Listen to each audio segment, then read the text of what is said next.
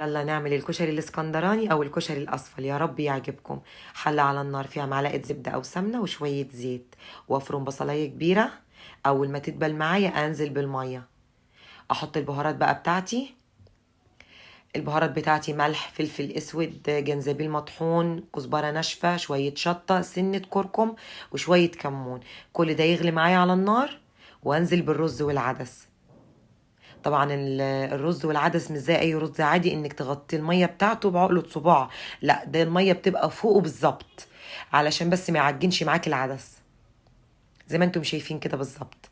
واسيبه على نار عاليه يغلي معايا ويتشرب، وبعدين اوطي عليه النار. دلوقتي اتشرب اهو معايا، بديله تقليبه. ولما دخل في السوا حطيت له معلقه سمنه بلدي او زبده، بتديله لمعه وطعم وريحه حلوه قوي. بتسيح كده على الوش وتديله تقليبه يبقى جميل جدا. شايفين ازاي؟ دلوقتي قدمته مع بيض مسلوق وسلطه بلدي، حاجه كده زي العسل. يا رب يعجبكم. لايك وشير عشان يوصل لك كل جديد.